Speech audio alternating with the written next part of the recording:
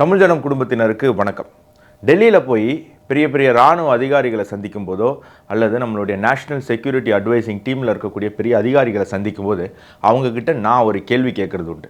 உங்களுடைய வேலையிலே மிகப்பெரிய சேலஞ்சாக நீங்கள் எதை கருதுறீங்க அப்படின்னு. அப்போ அவங்க எல்லாருமே சொல்லி வச்ச மாதிரி ஒரு விஷயத்த சொல்லுவாங்க. ஒரு பயங்கரவாதி 1000 முறை தாக்குதல் நடத்த முயற்சி பண்ணுவான், ஒரு முறை தான் வெற்றி பெறுவான். ஆனால் அவனுடைய வெற்றியை தான் அவன் ஆட்கள் கொண்டாடுவாங்க. அதே நேரத்தில் பாதுகாப்பு படையினர் 1000 முறை தீவிரவாத தாக்குதலை தடுத்து நிறுத்துவார்கள். ஆனால் ஒரு முறை நடந்துவிடும், அதை ஊரே சேர்ந்து விமர்சனம் பண்ணுவாங்க. இது எங்களுடைய வேலையினுடைய சாபம், ஆனாலும் இந்த நாட்டினுடைய பாதுகாப்பு தான் எங்களுக்கு பிரதானம், அதையெல்லாம் நாங்கள் ஓரமாக வச்சு எங்களுடைய பணியை தொடர்வது தான் எங்களுக்கு மிகப்பெரிய சிக்கலே இருக்குது அப்படின்னு சொல்லி. அதற்கு மிகப்பெரிய உதாரணம் நேற்று டெல்லியில் நடந்த அந்த பாம் பிளாஸ்ட்.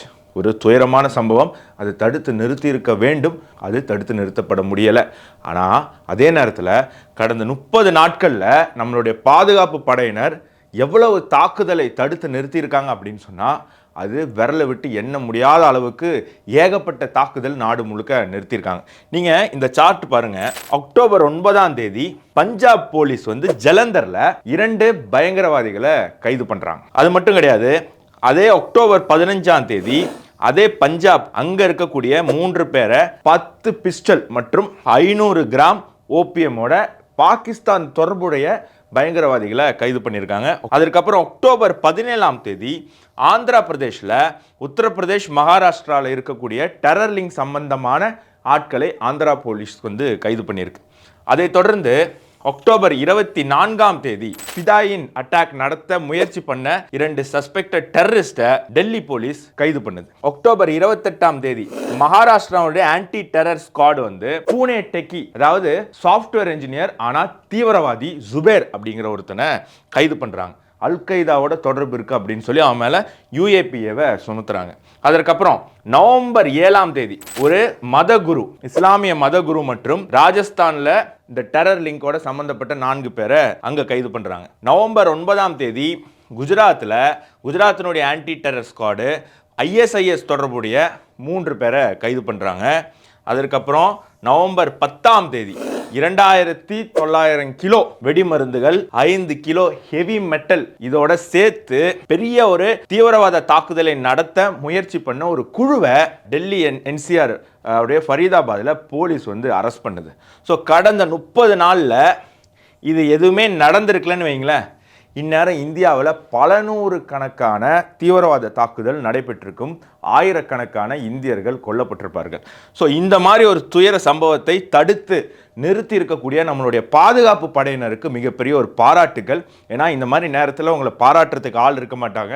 எங்களுடைய ஆயிரக்கணக்கான இந்தியர்களுடைய உயிரை நீங்கள் காப்பாற்றிருக்கீங்க அப்படிங்கிறதுக்காக உங்களுக்கு எங்களுடைய முதல் பாராட்டு. இப்போ டெல்லி பாம் பிளாஸ்டினுடைய மாஸ்டர் மைண்ட் யார் அப்படின்னு பார்த்தீங்க அப்படின்னு சொன்னால் இந்த டாக்டர் உமர் முகமது அப்படிங்கிறவன் தான். இவன் டாக்டர். இந்த டெல்லி பாம் பிளாஸ்டிக் சம்மந்தப்பட்ட மற்றவங்களுடைய கனெக்ஷன்ஸ்லாம் பார்க்கும்போது எல்லாருமே டாக்டராக தான் இருக்காங்க. டாக்டர் படிப்பு எதுக்கு படிப்பாங்க? உயிரை காப்பாற்றுறதுக்கு. ஆனால் இவனுங்க எதுக்கு பயன்படுத்தியிருக்காங்க? உயிரை கொல்வதற்கு. ஸோ இந்த இடத்துல தான் நேற்று தாக்குதல் நடந்திருக்கு. இதுதான் ரெட் ஃபோர்ட். இந்த ரெட் ஃபோர்ட்டுக்கு பக்கத்தில் இருக்கக்கூடிய ஜங்ஷன், இங்கே தான் சிக்னலோடைய டிராஃபிக் போலீஸ் நிற்கக்கூடிய அந்த போஸ்ட் இருக்கு. இதை சுற்றி தான் எப்போவுமே குறைந்தது 100கணக்கான வாகனங்கள் ஓடிக்கிட்டே இருக்கும். இந்த இடத்துல தான் நேற்று பாம் பிளாஸ்ட் நடந்திருக்கு. ஸோ இந்த இடத்துல பக்கத்தில் பார்த்தீங்க அப்படின்னு சொன்னால் ஏகப்பட்ட ஜெயின் கோவில்கள், இந்து கோவில்கள் இங்கே இருக்கு. அதே மாதிரி இன்னும் கொஞ்சம் தூரம் போனீங்க அப்படின்னு சொன்னால் ஓல்டு ரயில்வே ஸ்டேஷன், எல்லாமே மாசான மக்கள், அதிகமான எண்ணிக்கையில் மக்கள் வரக்கூடிய ஒரு தலம். அதுவும் குறிப்பாக அந்த கோவில்கள்லாம் பார்த்தீங்க அப்படின்னு சொன்னால் ஒரு குறிப்பிட்ட சமுதாயத்தினர் போகக்கூடிய தலங்கள். ஸோ இதற்கு பக்கத்தில் தாக்குதல் நடந்திருக்கு. இது தாக்குதல் அவன் வேற ஏதாவது டார்கெட் பண்ணி அதுக்கு முன்னாடியே வெடிச்சிருச்சா? கோயம்புத்தூரில் பார்த்தோம் நம்ம, அவன் ஒரு கோவிலை தாக்குறதுக்காக வந்திருக்கான். நம்மளுடைய நல்ல நேரம் முன்னாடியே அவன் வெடிச்சு செத்துருக்கான். அதே மாதிரி இந்த தாக்குதலை இன்னொரு நாள் பிளான் பண்ணியிருக்கலாம். மற்ற ஆட்கள்லாம் பிடிபடுறதுனால எங்கே நம்மளும் பிடிபட்டுருவோமோ அப்படிங்கிற பயத்தில் அவன் அந்த தாக்குதலை 2 நாள் 3 நாள் முன்னாடியே பண்ணியிருக்கிறதுக்கும் வாய்ப்பு இருக்குது. இதற்கு நடுவில் நிறைய ஊடகவியாளர்கள் தமிழ்நாட்டிலையும் சரி, அப்புறம் சோஷியல் மீடியா இன்ஃப்ளூயன்சர்ஸ்னு சொல்லக்கூடிய சில பத்திரிகைகள்லாம் என்ன பண்ணுறாங்க அப்படின்னா, இந்த பீகார் தேர்தலுக்காக பாஜக நடத்தின அட்டாக் அப்படின்னு. பாஜக அவனுடைய ரிப்போர்ட் கார்டில் மிகப்பெரிய கிரெடென்ஷியலாக இருந்தது என்ன அப்படின்னா, அவங்க ஆட்சிக்கு வந்த பிறகு பொதுமக்கள் மீது எந்த விதமான டெரரிஸ்ட் அட்டாக்குமே நடக்கல அப்படிங்கிறது தான். அதுதான் அவங்க மிகப்பெரிய தேர்தல் பிரச்சாரமாக செஞ்சுட்டு வந்தாங்க. அப்படியே ஒரு பெரிய ஒரு கிரெடென்ஷியலை விட்டு கொடுத்துட்டு தேர்தலில் ஜெயிக்க வேண்டிய அவசியம் பாஜகவுக்கு இருக்கா அப்படிங்கிற ஒரு கேள்வி இருக்குது. உங்களுக்கு எப்படி இப்படி யோசிக்க தோணுது அப்படின்னு தெரியல. நீங்கள் சோறு தான் திங்கிறீங்களா அப்படிங்கிற ஒரு சந்தேகமும் எனக்கு எழும்புது. ஏன்னா நாடு ஒரு துயரமான சம்பவத்தை கடந்து போயிட்டு இருக்கும்போது அதுலேயுமே உங்களால் அரசியல் கலக்க முடியுது அப்படின்னு சொன்னால் உங்களுக்கெல்லாம் உண்மையிலேயே மனநோய் ட்ரீட்மெண்ட் வந்து கட்டாயமாக எடுத்தாகணும். தயவு செய்து இந்த வீடியோவை நீங்கள் பார்த்துட்டு இருக்கீங்க அப்படின்னா பக்கத்தில் இருக்கக்கூடிய மனநல பாதிக்கப்பட்ட மருத்துவமனையில் போய் சேருங்க. இல்லைனா உங்களுக்கும் உங்களை சுற்றி இருக்கிறவங்களுக்கும் ஆபத்து. இந்தியா இக்கட்டான சூழ்நிலையை கடந்து போகும்போது தயவு செய்து அதை இன்னும் எரியிற நெருப்பில் எண்ணெயை ஊற்றி குழப்பத்தை ஏற்படுத்தாதீங்க.